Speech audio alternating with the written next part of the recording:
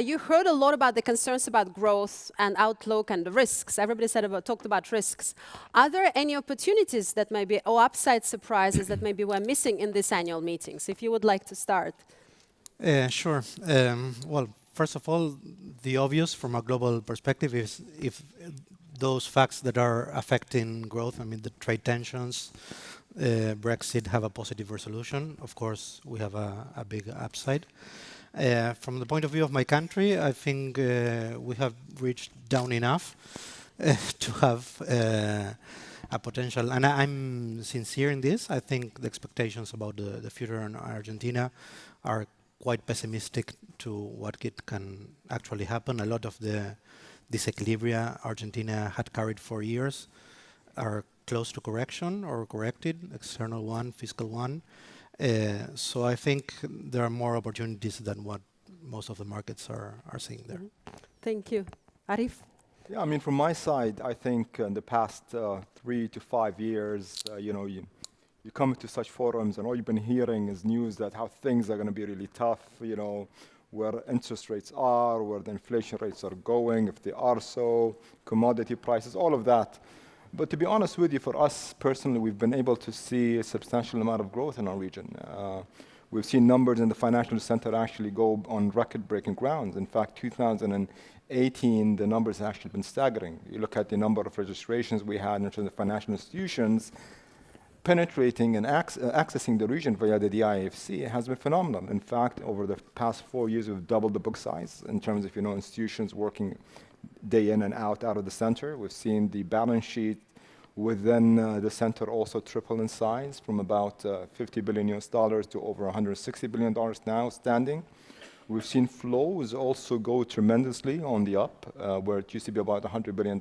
Now, roughly, it's about $500 billion. And that is in a center that is about half a square kilometer size. I'm not talking about even the Emirate of Dubai as a whole.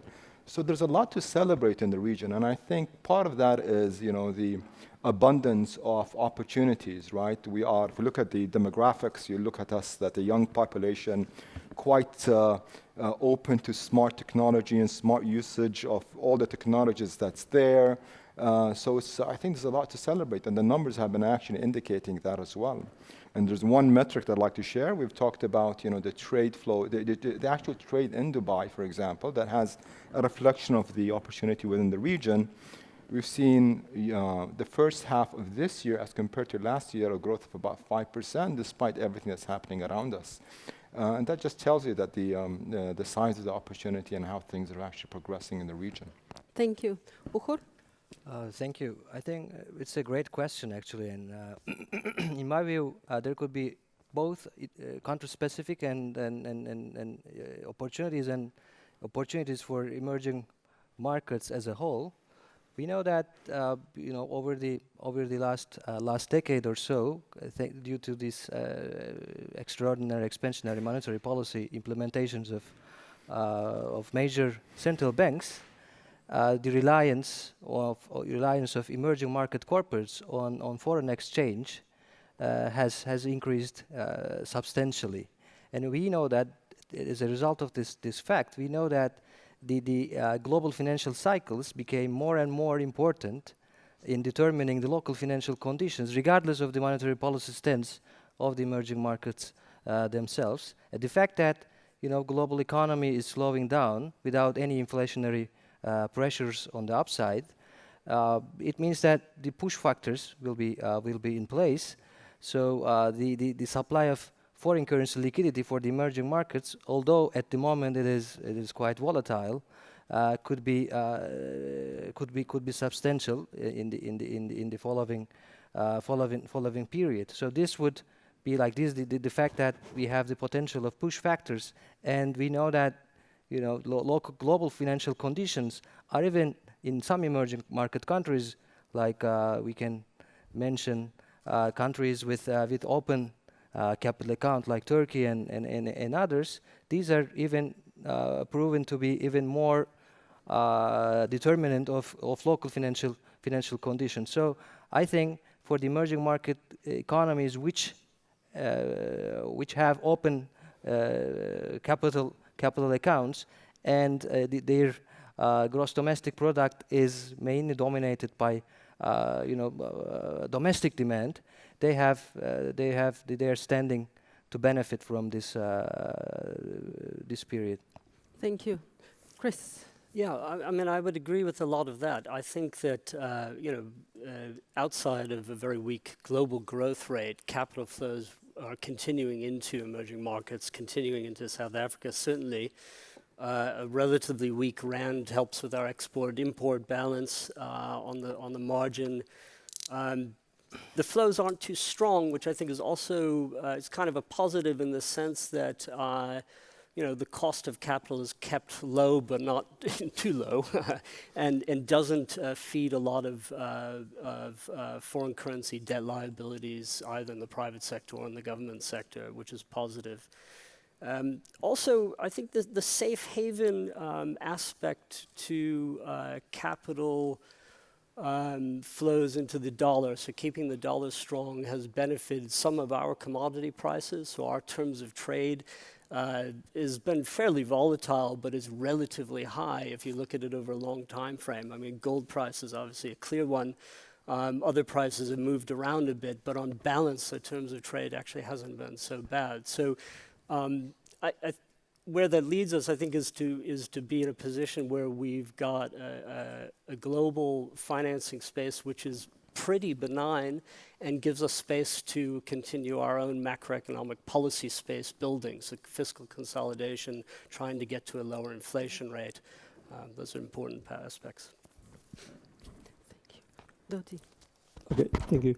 I think it's a very interesting observation, looking the current situation in the global, and looking also the emerging market like Indonesia with the open financial account.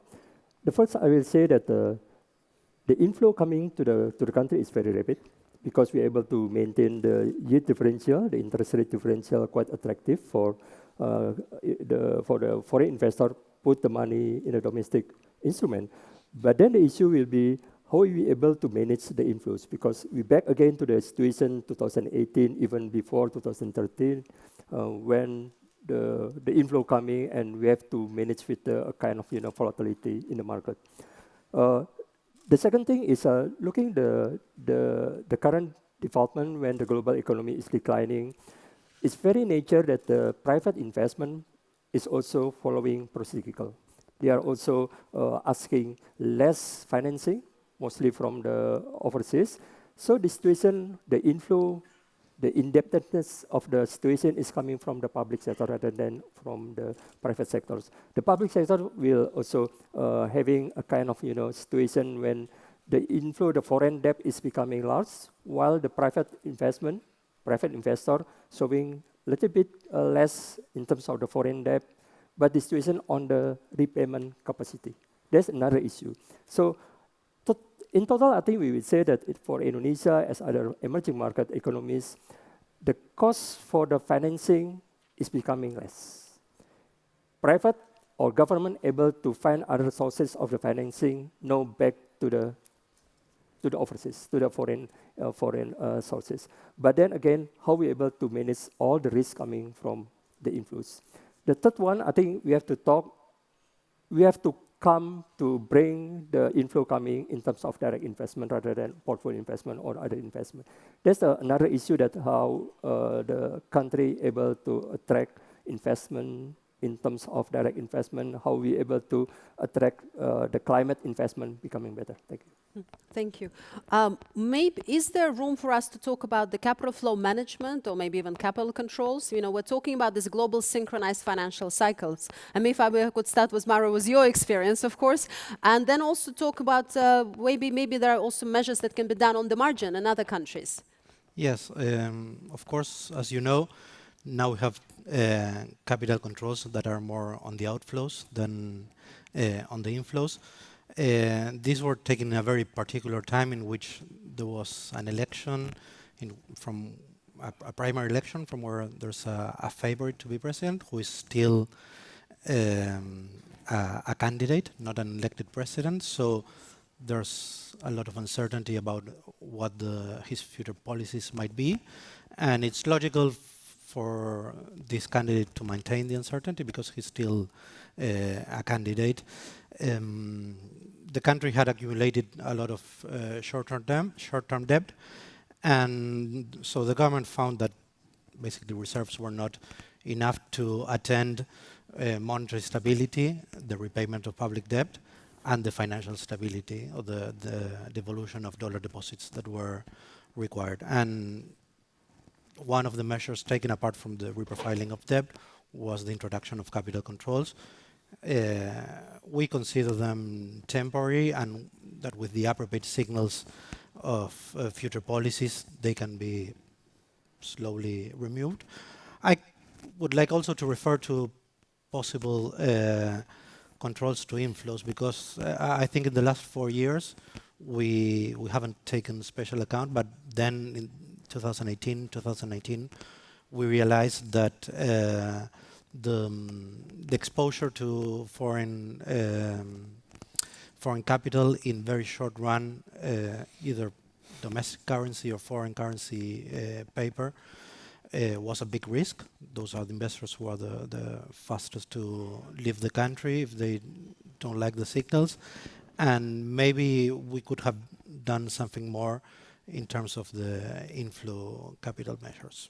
I would say I regret from the point of view of the central bank, for example, of letting the letters of the central bank, which are supposed to be doing monetary policy, to be held by foreign investors. I don't know if it's precisely a capital flow measure or more a management of liabilities of the central bank. But even though our main focus now in Argentina is on the outflows, the inflow measures can be important in this volatile context. If I also could ask our colleagues on the panel, we've traditionally, the IMF has advised that it has to be a fully liberal capital account, and if you don't borrow in foreign currency, you can develop your local capital markets, and then you'll have independent monetary policy and a flexible exchange rate regime, and then all of you can have a quieter, peaceful sleep at night. Unfortunately, it's not necessarily working out that way, and even BIS is beginning to think more about this sort of implications for emerging market monetary policy. Colleagues from the previous panel talked about the inversion of the yield curves in the local markets, partially because of these large flows. So, if Uhur maybe would like to jump in, and others, if you can comment, what are these measures that we should do for emerging markets to sort of protect preemptively or ensure ourselves from these big swings in capital flows? Sure. I think that is incredibly valuable question for small open economies like emerging markets, like Turkey, for instance. I don't know if you would call it capital flow management or some other name. But the one thing that is obvious to do is to recognize the changing and increasing role of exchange rates on emerging market economies, and this is actually reshaping our understanding of policy challenges from now on, because for many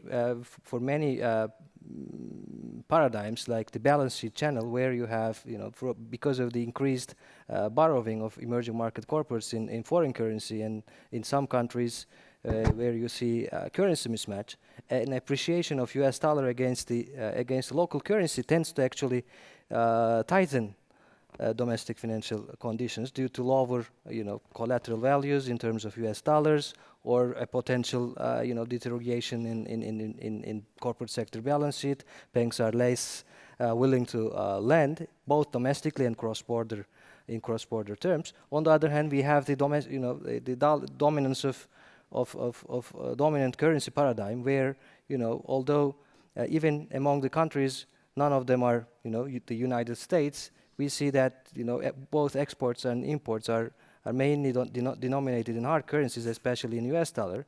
And when US dollar appreciates, regardless of the domestic demand in any of the two countries, you would see a decline in global trade. So this is also, when the US dollar appreciates, this is also another factor to tighten domestic financial conditions regardless of the monetary policy at home. So it seems that we are drifted apart from this, from the traditional Mandel-Fleming world, where the conventional wisdom was saying, exchange rate depreciation was expansionary for growth. But the other factors like this balance sheet channel and the increasing influence of global financial cycles on domestic financial conditions and dollar's dominance in global trade actually play in the opposite direction.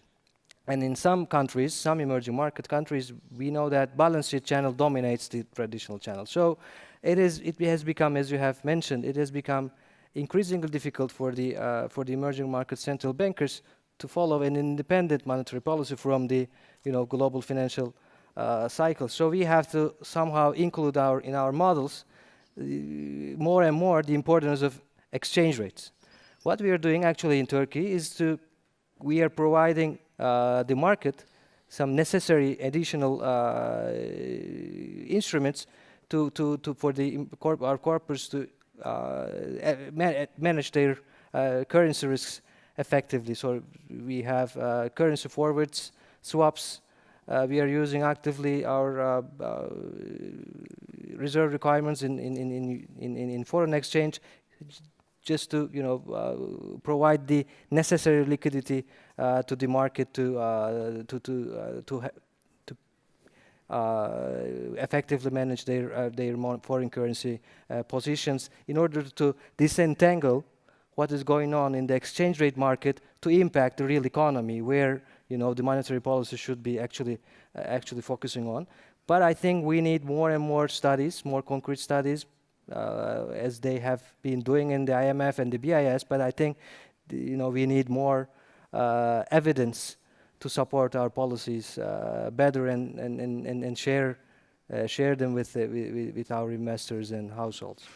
Thank you so much. Chris, you look maybe a bit skeptical, or am I misreading the SARB's very liberal approach to capital flows? Yeah, I mean, well, maybe an outlier on this panel, but I guess IMF lessons Mark 1 is more where we sit, and we see a very strong value in allowing the currency to float and running a really non-interventionist policy. We build a bit of foreign reserves from time to time when we're able to do that, to build that buffer, kind of a balance sheet effect for the country as a whole, going back really to the Asian crisis type kind of lessons. But what is difficult, I suppose, and maybe it's a difference between South Africa and some other emerging markets, is that we can raise debt on the local currency market. And so if you're able to do that, if you take steps to build that market, and historically, of course, South Africa was able to do that behind a wall of capital flow management tools. So I'm not throwing it out the window entirely, but I think we're in a very different place now, and we're highly dependent on capital flows to finance the economy. The floating currency warns, in particular, the private sector, but also the government sector, away from building foreign currency liabilities, which then become a big problem when the exchange rate moves. So we've built a lot of foreign assets, the private sector in particular, as non-resident purchases of debt has gone up in South Africa. Now 45% of the debt stock, net foreign assets of the private sector have been built very aggressively. And again, when things become more volatile, that will play a balancing role. It helps to prevent too much pressure on the currency. We've seen that in the past working quite nicely. I would also just point out, I think, we've kind of, certainly from a South African perspective, we've moved from a different place than we were in sort of 2009 to 2013, where this currency war thing was a big issue. Appreciation was seen to be a big problem. Now, exchange rate pass-through is very low. So we feel like we actually have more monetary policy autonomy now because the global environment is so disinflationary. And that gives us some scope to stand apart and do what we need to do with interest rates. Maybe just a quick follow-up question. It's not just the fact that you're borrowing in local currency, but the fact that you have the deep and very well-developed local markets. Yes, absolutely. Maybe that's the key. Yeah. And Dodi, you always have lots of interest from institutional investors in your local markets as well. And what is your take? Yeah, I think the story of the big swing of the capital will be different. The story will be scary if you look at the outflow rather than the inflow. Indonesia experienced in the 2 episodes that let's say in the last 2 years, on the opposite of the inflow. And I think the issue here is whether the exchange rate able to be the automatic stabilizer. Of course, the CFM, capital flows management, I will put as the last resort. But then the first, how far we use the exchange rate as a automatic stabilizer rather than automatic destabilizer. I think we experience, like other countries in the emerging, the excessive depreciation will be cost for the economy. So in that case, I think we will not using not only the exchange rate, but also we have to use other policies in terms of the monetary policy. A kind of, mixed policies, what the fund already just discussed and will propose on the integrated policy frameworks. How we combine between the conventional policy of the interest rate with the FX intervention, with the exchange rate policy, with also the liquidity policy, and also at the end with the capital flows management. I think we need, to put all those things, all the variables under formula of the policy formulation. We use Taylor rules, this is standard. But then not only using the output cap, not only using the price cap, but how we combine also the impact of the interest rate to the growth, to the exchange rate. Also the financial stability. Because then what we aim is not only monetary stability, but also the financial stability. We experience in the case of us, Bank Indonesia, that we use the central bank rules. The central bank rules means that we put all those things, price cap, output cap, with all the financial stability cap, credit cap, and also the exchange rate cap. So we can things that CFM will be put as the last, but then how we able to stabilize the exchange rate, how we able to stabilize the capital flows by using a series of the policies. And it works. And I think we see that the rupiah, the local currency, now able to be stable in certain level. Of course, we're not aiming to one level because it's a flexible exchange rate is one of our principles, and it in accordance with the market mechanism. Thank you so much also for bringing up this important policy debate on the integrated policy approach that is currently happening at the IMF meetings. Aren't you worried a little bit that we'll have an impression that central banks can do everything? You have lots of policy objectives, they're integrated, you have therefore lots of tools, and we can achieve everything. Are you worried about that side effect of this integrated policy approach? Integrated policy framework approach is supposed to be, based on the country circumstances. It's not like a one fits for all. It depends on how you combine the structure of the economy, the depth of the financial market. It will depend how you combine all those things. I think we have to see beyond the box, beyond the curve. I mean, we have to think not only just using one or two instruments. Emerging market has the same structure that we are not developed yet in terms of financial market. We have open but small, but then again, we have to find one or two solutions. For myself, Bank Indonesia, we see there's a positive of the policy framework using the integrated policy. The second thing, I think we have to use also the policy framework of the integrated, not only the central bank itself. We have to use also combining with the fiscal policy, with the structural reform, and also with the financial policy. This area will be another issue that we have to think in terms of, the implementation. But then from the central bank Indonesia point of view, we are already starting to use, certain series of the policies. Thank you. Let me jump in a second. Please, yes. Yes. I kind of feel the pressure you mentioned for central banks. It's true that there's an integrated framework for central bank policy, but I think the common denominator is that all the instruments have a temporary effect. No, you cannot sell reserves forever. You cannot stop completely capital flows. You can try to smooth them. You cannot change completely the cycle. You can smooth the cycle with the interest rate, but all of these are temporary effects. And in the global debate, there seem to be some facts affecting permanent income, like trade, changing composition of growth in China, or things like that. And central banks seem to be supposed or expected to offset the effects of that these events have on income. And I would like to state, well, all the central banks can do is buy time, maybe, but the real factors need a real solution, and the central banks just can give them time for the Thank solution you. to We be- do think to that be- central banks are omnipotent and and the financial centers can solve all our problems. Just very quickly follow up on Argentina. Yes. In terms of financial stability, we have seen a lot of improvement as well. So we've been talking a lot about the sort of the negative surprises and changes, but as you say, there is a lot of already sort of priced in, and there are also some stabilizing factors that have happened. And could you comment on that as well? Yeah, in terms of financial stability, I would like to highlight that there was a lot of pressure on the financial system. We suffer a withdrawal of over 30% of dollar deposits, which is approximately 1/3 of the banking system. And the banking system has now exactly the same liquidity as it had at the beginning of the, let's call it a run. And now the pace of withdrawals has decreased very significantly. We were at a peak of $1 billion per day in late August. Now we are seeing 30, 40 million per day, and this is continuously decreasing. So why was the financial system able to cope with this big withdrawal of deposits?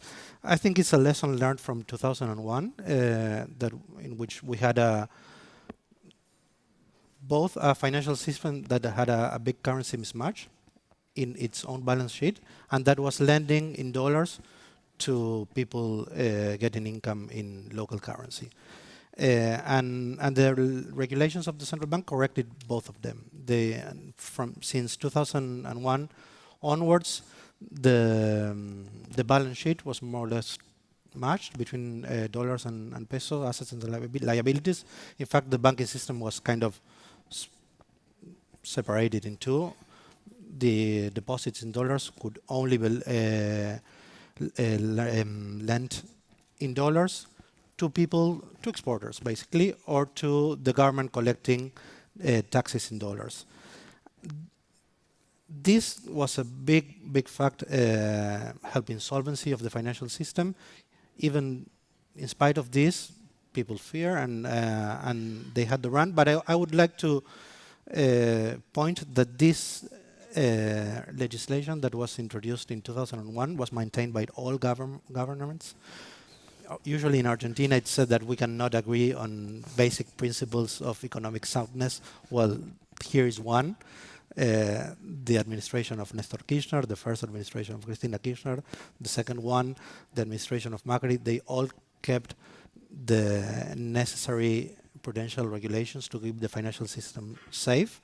And we were able to cope with this run and big depreciation without the financial system suffering much.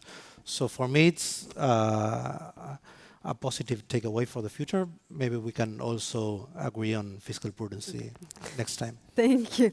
So central banks can help you with monetary policy, financial stability, but of course they cannot solve your growth. But financial centers can help you provide an alternative to banks, access to capital markets. Arif, if you want to comment in your region, have you seen sort of better banking of the sort of parts of population of firms that haven't had access to capital before?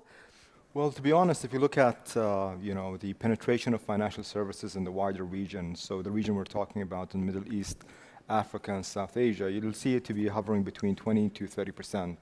So you look at the more developed markets and developed economies, you'll see them all the way upwards of 90%.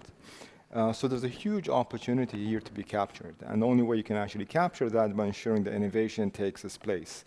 So financial technology companies will play a big role in enabling capturing this opportunity that's there to be had. So for us, in our experience in the past few years, we've seen, one of the most important ingredients is you actually allow them is to provide a platform that enables, both the financial institutions and the fintech players to actually come together to solve this problem. So the ecosystem, as you probably would say, will be a sandbox, or what we call an innovation testing license. You need to provide the software infrastructure as well, where they can actually experiment with new solutions and products that will enable, the tech companies themselves, all in a collaborative format with financial institutions, to actually engage the wider market. We've also seen that to enable that, you need to have, access to funding as well. So within the last 2 years, we've actually launched our own fintech fund, and that is to enable and to ensure that this community has access to funding in terms of the requirement for growth and intercepting the opportunities that's actually there in the market. So we went from a very humble representation of this community all the way to over 100 fintech companies that are based there in a span of about 24 months. And going. So really excited about what opportunities is there to be had, and the collaboration we've seen between the financial institutions and the fintech companies in our region. Thank you. And Uhur, we talked earlier about the outlook for Turkey. So this year has been challenging. We have seen slowdown in credit. Government is putting very ambitious agenda for growth next year. So are you worried about the pressure on the central bank again to deliver also growth, or? No, actually, I'm not worried, because after this financial turbulence that we have, financial market turbulence that we have witnessed in the last quarter of 2018,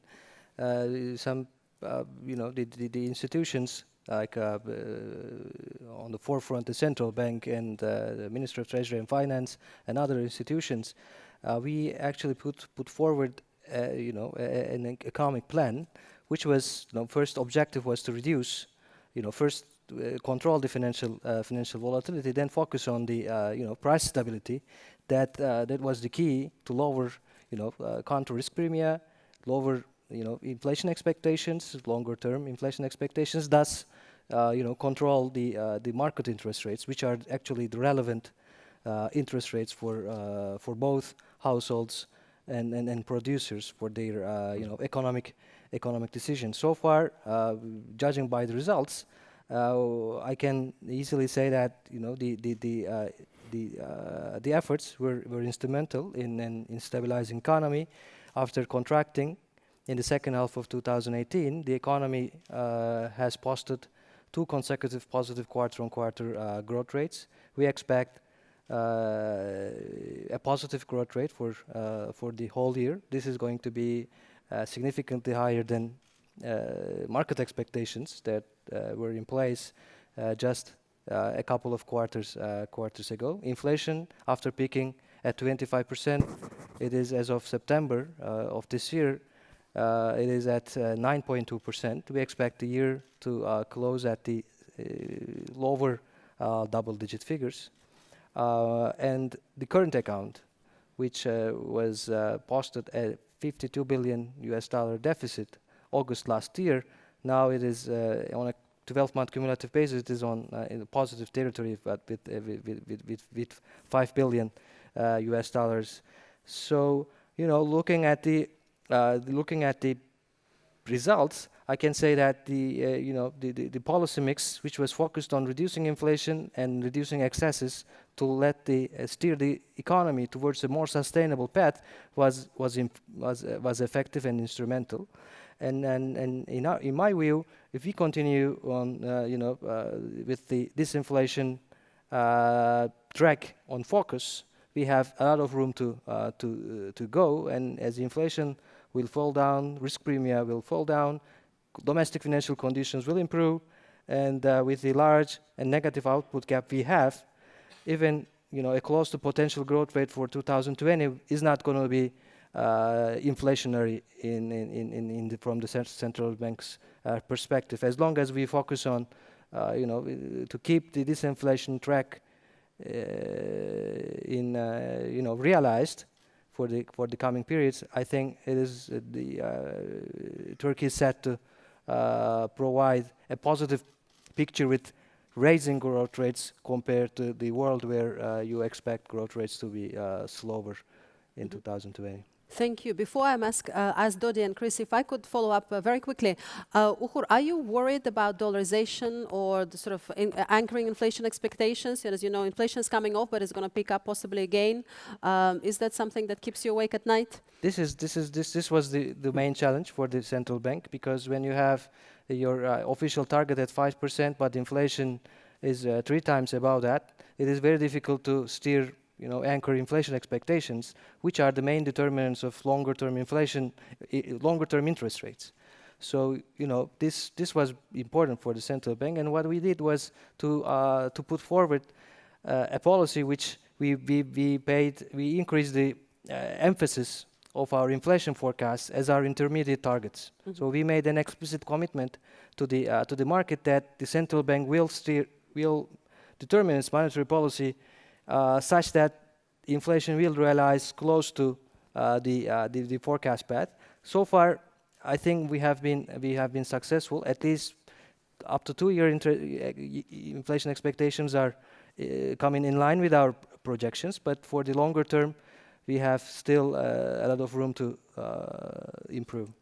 Thank you. And maybe Chris and Dodi, how do you think about the cyclical assessment of the economy in the near term? For example, in Indonesia, the consumption indicators have been surprisingly stable for a long time. So what do you use to gauge that cyclical component or the outlook for the economy when you do your monetary policy? Okay.